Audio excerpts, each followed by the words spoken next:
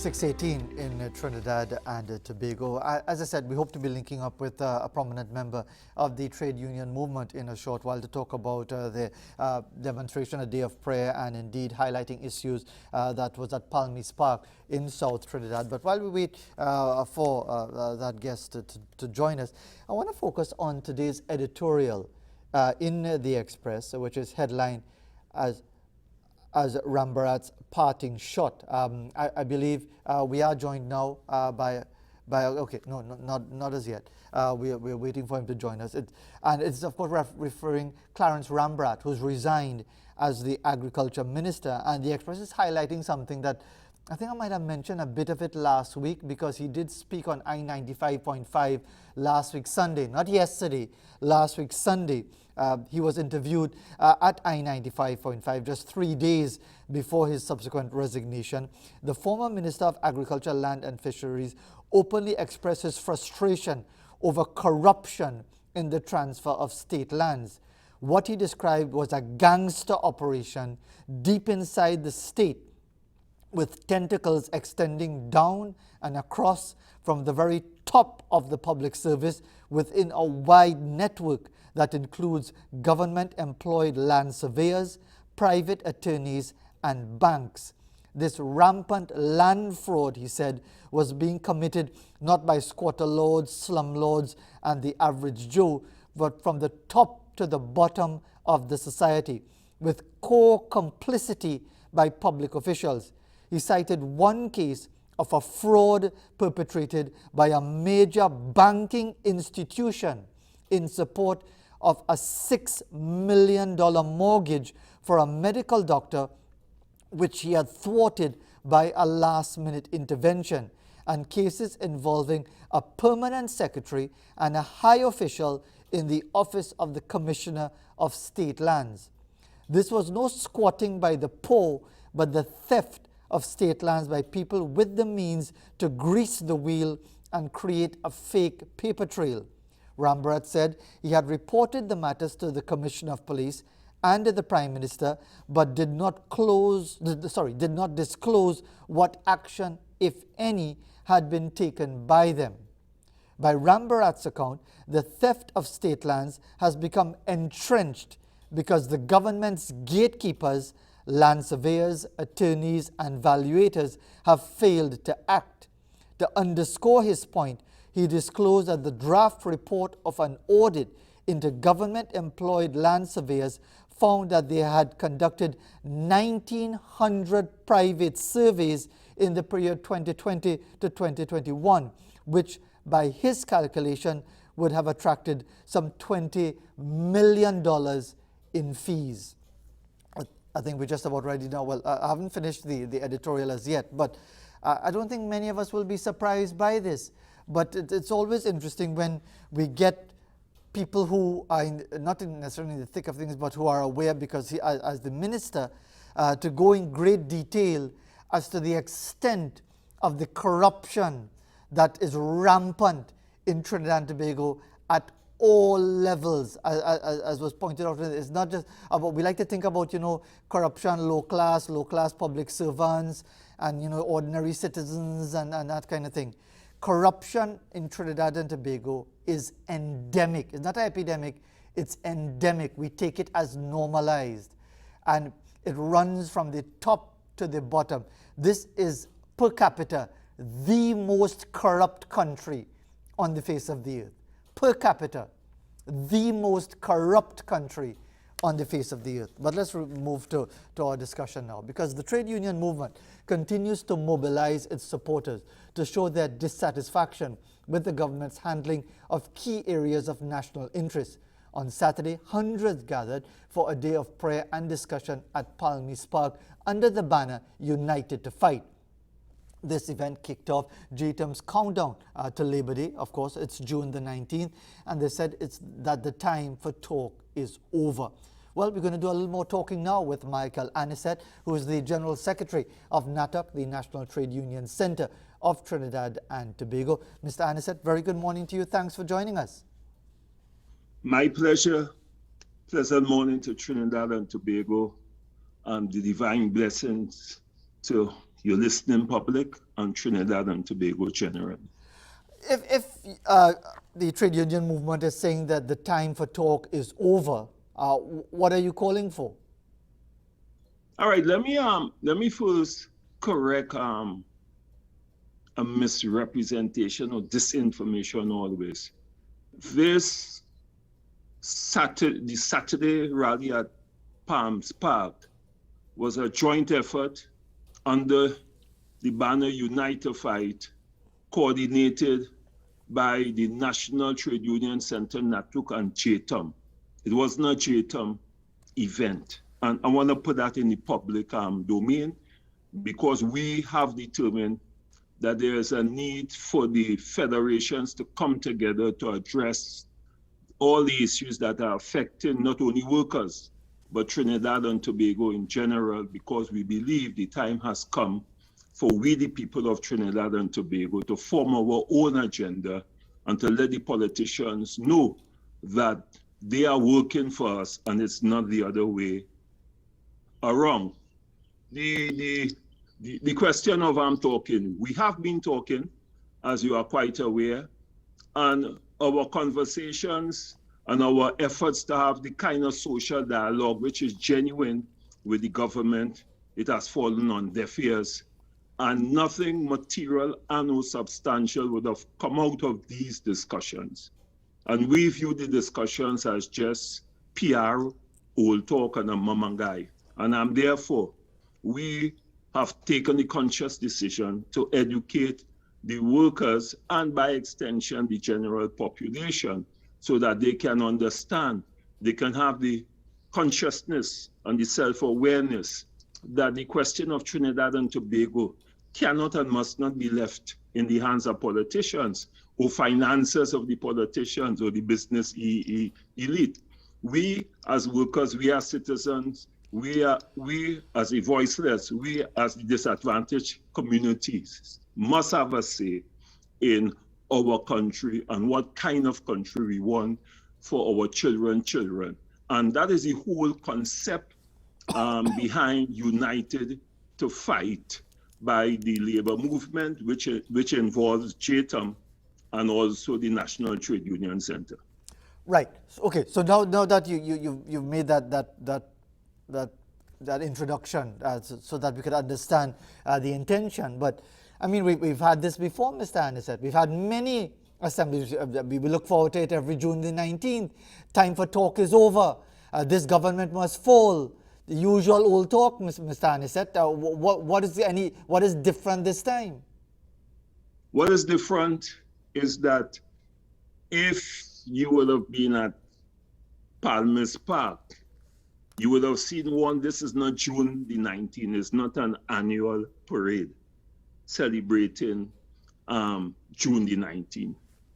It was an effort by several other activists and other groups that came together with the labor movement, because they too are fed up, they too are tired, and they too believe that there's a need for a major transformation of Trinidad and Tobago in terms of governance, in terms of ethical behavior in public, in the public domain. We believe that we have to hold all leaders, and let me make it clear, accountable, because we must have a better Trinidad and Tobago, and we believe that we can do better.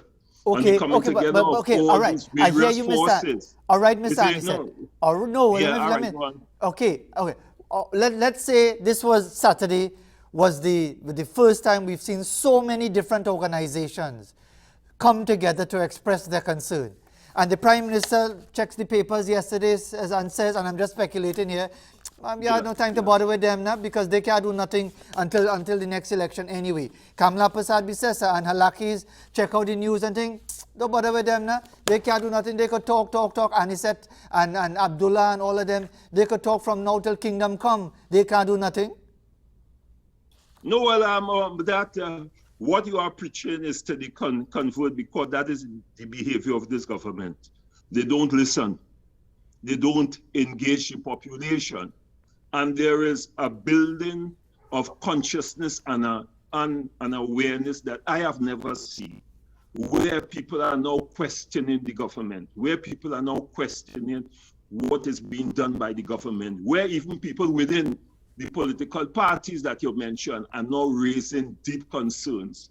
And changes come about based on awareness, based on consciousness, and based on people's willingness to make those fundamental changes that are necessary. And we are seeing that commitment. And that is where the platform starts, because changes don't happen overnight. And I could give you a history which I don't want to go into, but changes do happen. 400 years of slavery change. Indentureship changed. What happened in Egypt changed. And I can go on and on and on to demonstrate that when there is an effort and a concerted effort and a commitment for change, change will happen eventually. I mean, look at what happened. Floyd George, I cannot breathe.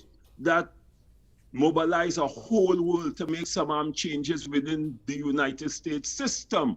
So the point that I'm making, that you cannot, as a citizen, give up the question of struggle and standing up for what is right.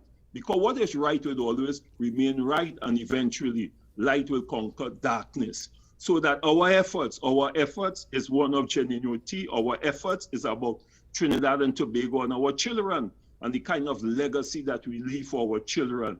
And our fight is for a better Trinidad and Tobago, because we believe that Trinidad and Tobago belongs to each and every one of us, not a few people. And therefore, what is happening in Trinidad and Tobago must be confronted and must be condemned, and we have to stand up to be respected as women and as children and as men. And that is the whole general philosophy, and that is the fundamental change that we are seeing. And don't forget, we had changes in 1939 too, in Trinidad and Tobago. And indeed, there continue to be changes. Whether or not any of those changes have fundamentally changed the order or the power structure in Trinidad and Tobago is something that we could develop a bit further, because at the end of the day, the understanding would have to be as to what will come of that assembly on Saturday, beyond, as you said, that greater level of awareness and consciousness. We'll continue our dialogue with Michael Annisette in a moment as we get a better sense as to the purpose and the intent of that assembly at Palmies Park on Saturday, and we'll return to that dialogue in a moment. It's now time, though, to remind you of the COVID-19 protocols. Wear a mask over the nose and mouth when you go out in public. Keep your distance from others 6 feet or 2 meters. Stay home if you're ill. Wash your hands often with soap and water, or use an alcohol-based hand sanitizer. Cough into a tissue into the crook of your elbow. Avoid touching your face. Sanitize those hard surfaces, tabletops, handrails, doorknobs, trolleys and cell phones as often as possible. We'll return to our dialogue with Mr. Annisette right after this.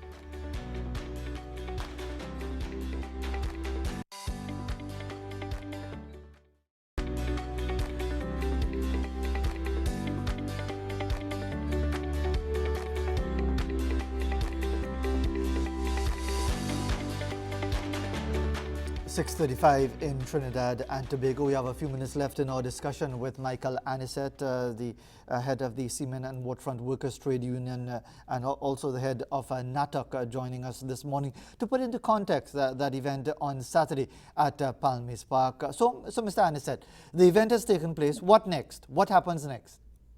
What happens next? Parties will be meeting, obviously. We will be discussing a lot of issues. There is other issues that But I thought you all said the time for talk is over. No, parties are meeting to discuss other issues and strategies in terms of how we move forward. In anything that you are doing, and you will know that, my learned friend, you have to think strategically, you must plan strategically. You don't just go out willy-nilly. And as a cricketer, you will know that you don't just whoop. You have to bat according to the ball that is being bowled. So it is necessary to do the strategic thinking and the analysis as we build from this event and as we grow stronger as a people and as a nation. And that is necessary. And I just want to, if I'm permitted, to raise some issues here, because you read something into the news today which demonstrates what we have been saying in the trade union movement.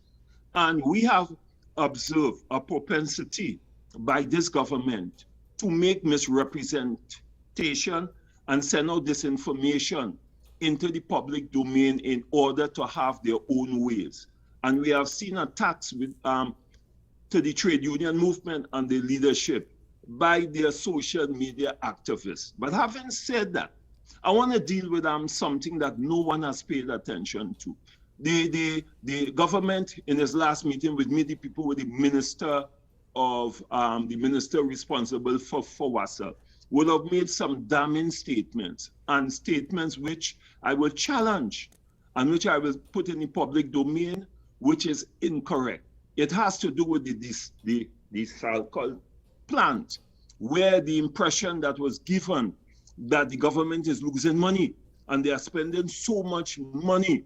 But what the government failed to tell the public, that this agreement was a PPP agreement. This agreement was financed locally by the company, no input from the government, and there was an agreement and an understanding between the parties in terms of how much water to produce every day and what was the rate.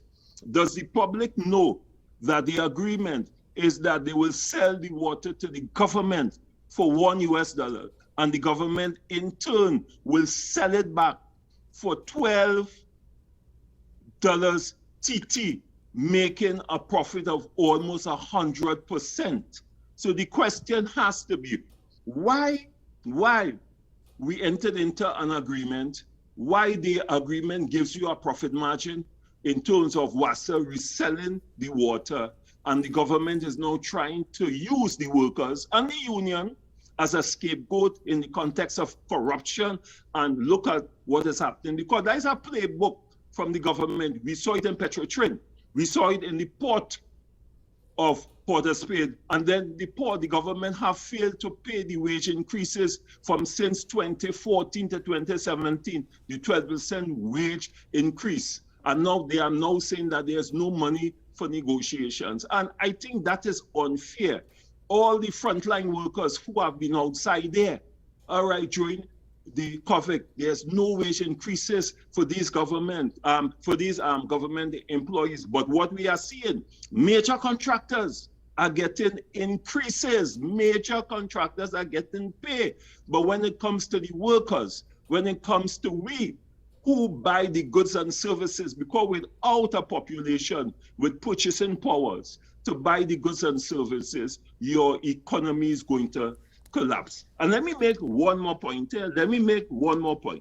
Is the general public aware that there's also a privately owned foreign company, which is Seven Seas Water Corporation, which had an agreement with the government for the supply of water too. And the rate was $165 US plus electricity bills above 3.8 kilometers would have gone free. All right. And the government says nothing about that. All right. That rate is higher than what the Salcott plant is given the government. And we have to pay attention to things like that, because if you're coming to the public, do not try to marginalize the trade union movement and the workers. Let us hear the truth. Let us know why, when the decision for the Salcott plant was taken, it was taken on the basis that you will sell it to the industrial estates at point leases at a profit margin. But you have now determined to sell it to commercial use and households at a lesser price, and you want to blame workers. We are saying that is fair. We are saying if a society has to move forward, the truth must be told. And we have seen that in the port. I mean, we suffered, the Seamen and Waterfront Workers Trade Union, the indignity of the Honorable Prime Minister making out the port to be the most corrupted entity that he would have seen. And I asked the question. Did he say that, Mr. Annisette, or did he say did he talk about efficiency at the port more than corruption? No, sir. All right, Fodi Ferreira, So the Michael port is more Annisette. corrupt than Wassa? Well, that is the point I'm making. But let me go a little further. You know, 2 senior managers were dismissed on the port who gave evidence in the Joint Select Committee. And because they didn't prattle what was what they were asked to prattle, which was against their ethic and what they stand for, their services were terminated, they were dismissed. The instructions were given, and then that is what we are talking about in our society. Okay, that so if Mr. we Annisette, allow Mr. that to Annisette, continue to happen, our society is going to collapse, okay, and that I is hear why you on that, we Mr. are united to fight. Okay, I hear you on that. Time is almost running out on us. Let me put it to you. My God, God is giving some short time, brother. No, you joined us late. You joined us late. But let me put it to No, you. no. I was ready, waiting, and I got prompted. I can now join, and I joined immediately. Okay, my mistake. So let me clear that up. Okay, thanks for clearing that out. But let me put it to you in the 2 minutes that we have left, that all of this bravadage from Saturday will achieve nothing because the trade union movement... Let me finish. The trade union movement is like every other organization in Trinidad and Tobago in the public domain, that you all play the game just like everybody else. You all are happy to make noise and so on and seem to be representative of the people, but at the end of the day, you enjoy the status quo. Your final response, Mr. Annisette. All right, let me answer that. The trade union movement, who you said has played the game, is responsible for the 8 hours they work. The trade union is responsible for sick leave, for pension rights, for vacation leave. The trade union is responsible for the middle class in Trinidad and Tobago by negotiations of proper wage increases for armed workers. The trade union is responsible for health plans within various entities where you protect workers, because it's impossible for workers to go to a private hospital to pay any medical bill. These are the facts of the trade union, but we do not talk about that.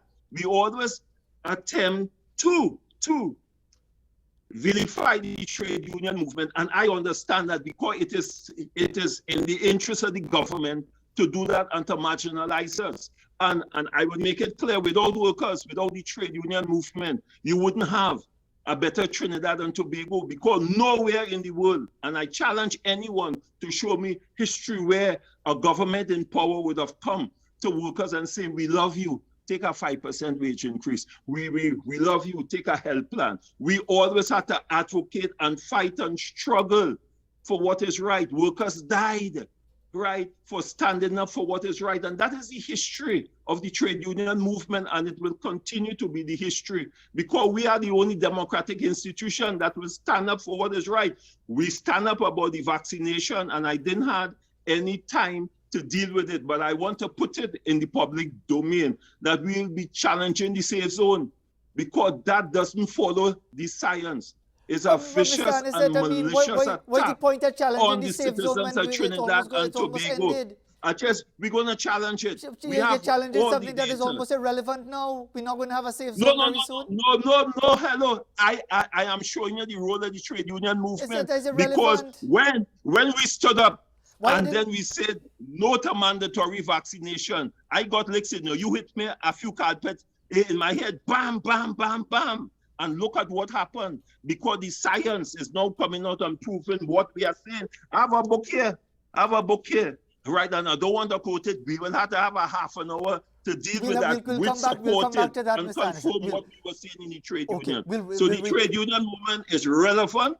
The trade union movement must be the voice for the voiceless, the poor, and we will continue to agitate and struggle for better Trinidad and Tobago. That is what this fight is, and we are embracing all other entities that is willing to join us in this glorious and justifiable struggle for the rights of the people of Trinidad and Tobago. And Thank you. We'll continue our discussion at another time. So God bless a very everyone. relevant point. Blessings from above. Mr. Annisette, we want to thank you very much indeed for taking the time, as always, to make yourself available to have a discussion. Yeah, always. But I want to beg, next time give me half an hour now, so I could really get into some details. All right, and I want you to investigate the Calsult plant and the disinformation that was put in the public domain, because it will be instructive to know that the information was misleading to the public. We'll try our best on that, Mr. Annisette. I give you Okay. my word I in do. that regard. I do appreciate it. Thanks very much. Thanks again.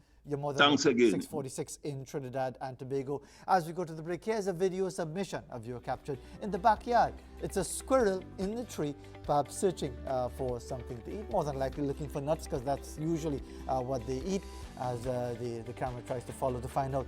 Not too sure if they like mangoes though, but there he or she is as we go to the break.